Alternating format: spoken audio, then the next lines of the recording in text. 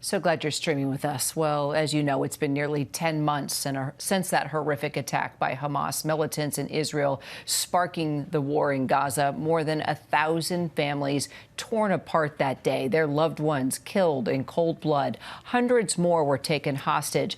The ensuing war claiming the lives of tens of thousands of people in Gaza, many of them just innocent civilians, children. And as Israeli Prime Minister Benjamin Netanyahu addressed that joint meeting of Congress just moments ago, the families of the dozens of hostages still held by Hamas are holding out hope for a deal to free their loved ones.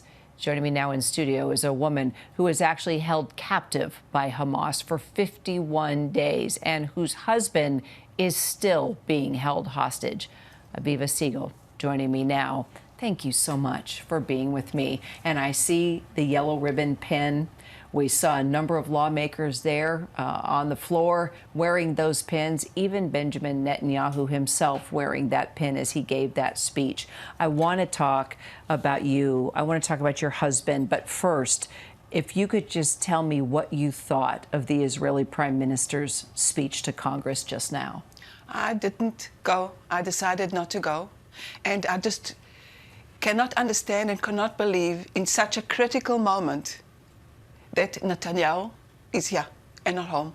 He should be home in Israel, caring about Keith and all the 120 hostages, and what's happening in Israel is terrible. It's just terrible. So sad. So sad. He mentioned, the first thing he mentioned the hostages at the beginning of the speech. Does that give you any sense of encouragement or peace of mind, since that was the first thing that he mentioned? Did you think that that was genuine? I'm doing everything I can not to hold on things like that, sentences like that, until I won't see Keith with my eyes and being able to hug him and see that he's okay and to see that he's alive. I'm not there yet. I know that video was released, I believe it was back in April, of your husband. Could you look at that? Were you able to look at that? No, I decided not to see the video because I felt like I won't be able to see it, that I won't be able to see the sadness in his eyes, because I know exactly where he is and what he's going through. I know you say that Benjamin Netanyahu should not be here, but for a moment, let's talk about the relationship between Israel and the United States and the amount of aid that the U.S. has been giving Israel to fight this war against Hamas.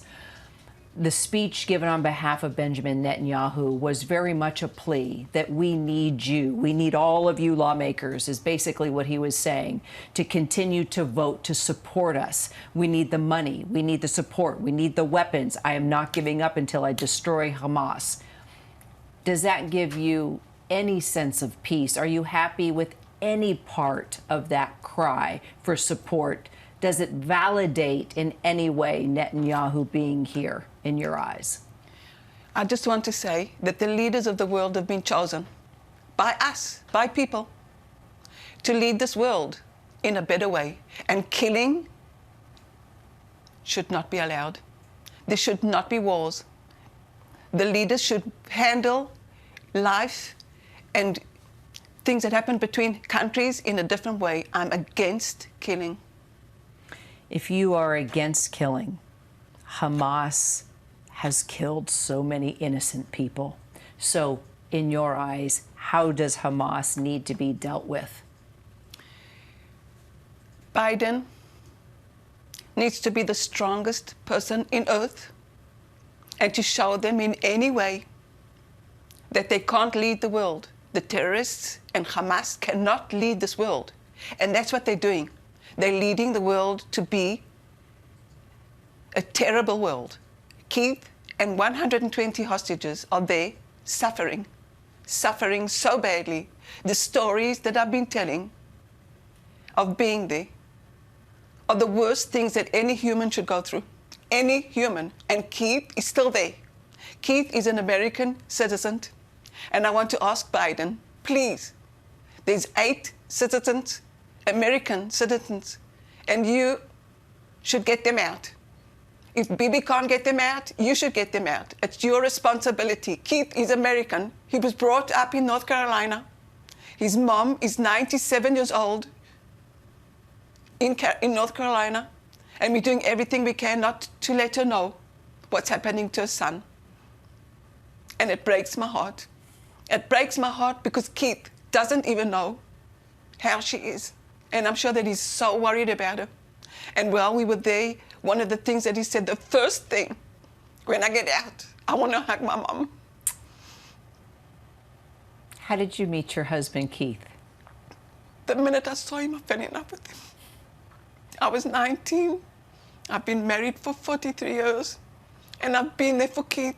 And Keith, there, was the best person. If get kidnapped, get kidnapped with Keith. Because he was perfect. He helped me in every way. And now, there's nobody there for him. And I'm not there for him. But I do know that I'm doing everything I can. Everything I can. I've been to the States 7 times. I've met Biden. I've met Blinken at least 7 times. And I'm begging. I'm begging. I think this war, for me, is so cruel. To think that Keith is still there, lying on a mattress, just like a rug, with no human rights at all. When you two were taken by Hamas, how long were you together before you were separated? I'm sorry if you don't want to talk about it. I completely understand. No, that's okay. If you can take us back to that moment so we can sort of understand how long you were together, how you became separated, and then, of course, the moment that you saw, freedom's door, and he didn't. Keith and I were together for 50 days. I was lucky. I was just so lucky that he was with me, because I don't know how I would have handled it without Keith. How did he keep you strong? What did he say to you? He just helped. We weren't allowed to talk. We had to keep quiet all the time. But even just the love of his eyes was so much for me. And I didn't feel alone. Even though for at least 5 weeks, I couldn't even touch him because they broke his ribs. And even with the finger, if I used to touch him, it was so sore for him. And they used to force him to sit part of the day while I begged them, give him 5 minutes just to relax his body. And they didn't. And the last day, when I separated from Keith, I was in a complete and utterly shock, because he said, you need to come with me. And I said, no, I'm not going without Keith. And I argued with him until I understood who I'm arguing with. And I got up and I said, I'm going to say goodbye to Keith. And he said, no, you're not. Keith is sleeping. But I knew that Keith wasn't sleeping because we arrived there 5 minutes before. And I went to the room that Keith was there. He was lying on the floor on a filthy, dirty mattress. And he was sad. And I bent down to him and I gave him a hug. And I looked at him in his eyes. And I said, you be strong for me, and I'll be strong for you. Not knowing where I'm going, not knowing if I'll ever see Keith again. And the only moment that I knew that I'm coming back to Israel is when I met the first army person, the soldier that was in the army. And that was a very difficult day. And you said, freedom. I'm still in Gaza most of the time. And if I'm not, then I'm most of the time thinking about Keith and the girls that I was with. And I'm so worried about them. That moment, and I'm assuming it was a member of Hamas that came to get you, is that right? Did that person tell you why you were about to be released? He did, but I didn't believe him. He said, you tomorrow, Israel. And I said, but why me and not Keith? And he said, Israel gave your name. I didn't believe him. I didn't believe them at all. They used to lie all the time. And that whole day, before we went out, the Hamas people came to us all the time and said, no Israel anymore. They had been saying that for 51 days. No Israel anymore. Israel has been bombed from the whole world. You're not going home. So I didn't believe them. I didn't know what to think. But I'm alive, and I'm lucky to be alive. And I'm lucky to be back because of Biden. And I want to thank Biden for everything that he did to free me. And I want to ask him to free Keith and the 8 Americans, please. I'll go back to Keith and the other Americans, the other hostages. Did you ever find out from Biden or Blinken or anybody else why you were chosen to be freed? I know that the girls, the women, and the children were taken out, even though that I know that the Bibas children are still there, and there's still lots of girls there. And I'm very, very worried about them. And I'm going to say when, not if. When your husband is brought home, when those other hostages are brought home, what do you want to see happen to Hamas? Would you support violence at that point? No, I want the Gaza people, all the good Gaza people, to have a better life. People live once. They need to have a better life. And I want them for that. I want them for all the people in the world to have a better life and not to worry about what's going to happen. My daughter has 3 children, my grandchildren, and they need to grow as if somebody's looking after them. Whatever happens to them, there needs to be somebody that will look after them and take care. And it doesn't look like that's what's happening now. So I'm very, very worried about what's happening in Israel and the world. Look what happened to Trump. And I connect it because I think that by letting terrorists do what they want to, touch girls when they want to, hit and in such a brutal way, behave to Keith like they did. He's 65 years old. And it seems like the world is just letting that happen. The world needs to be strong enough to stop that.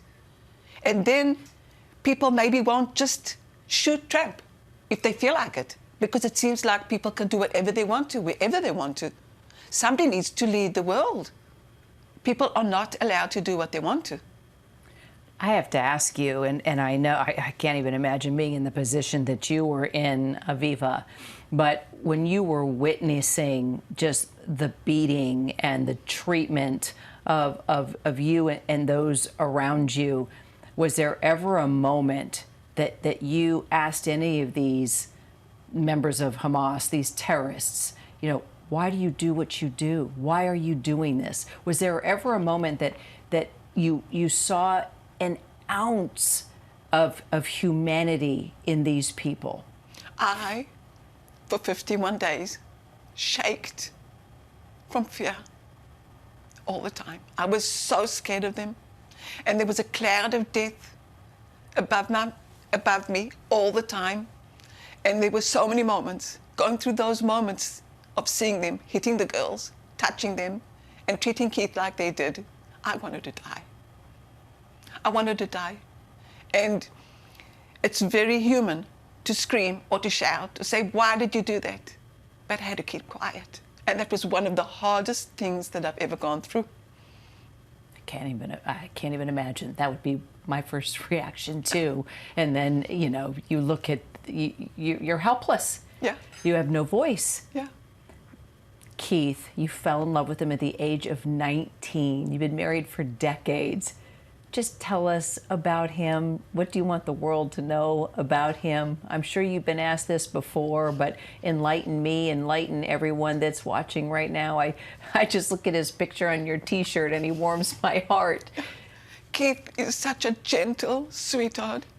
He's a person's people. He talks to everybody. Sometimes you have to be careful not to go past him because he'll talk to you. He's that kind of person. He won't even kill a fly. And he's just the sweetest, gentle. If I'll ask for apples, he won't bring me one. He'll bring me 20. And this picture was taken 3 weeks before we got kidnapped. My younger daughter got engaged. And it was one of our happiest moments. Keith is so happy. And my grandchild, that's 8, she drew the tika on Keith because he likes India and Indian food. I was painted all over. And when I was in captivity all those 51 days, I used to say to myself, I might not see my daughter get married because I might be dead. And when I came out, that was one of the first things when I hugged her. I said, Sheil, I'm going to be at your wedding, but I'm going to be there. But I won't be there if Keith won't be there. I hope. I'm not even going to say I hope. The next time I talk to you, we're going to talk about all the apples that Keith has brought you, and we're going to talk about how he walked your daughter down the aisle. Okay, thank you. Thank you. Aviva Siegel, thank you so much for just being with us today. Thank you so much. Appreciate your heart, and I appreciate your testimony. Thank you. Thank you so much. You're a strong woman. Thank you. Thank you, Aviva.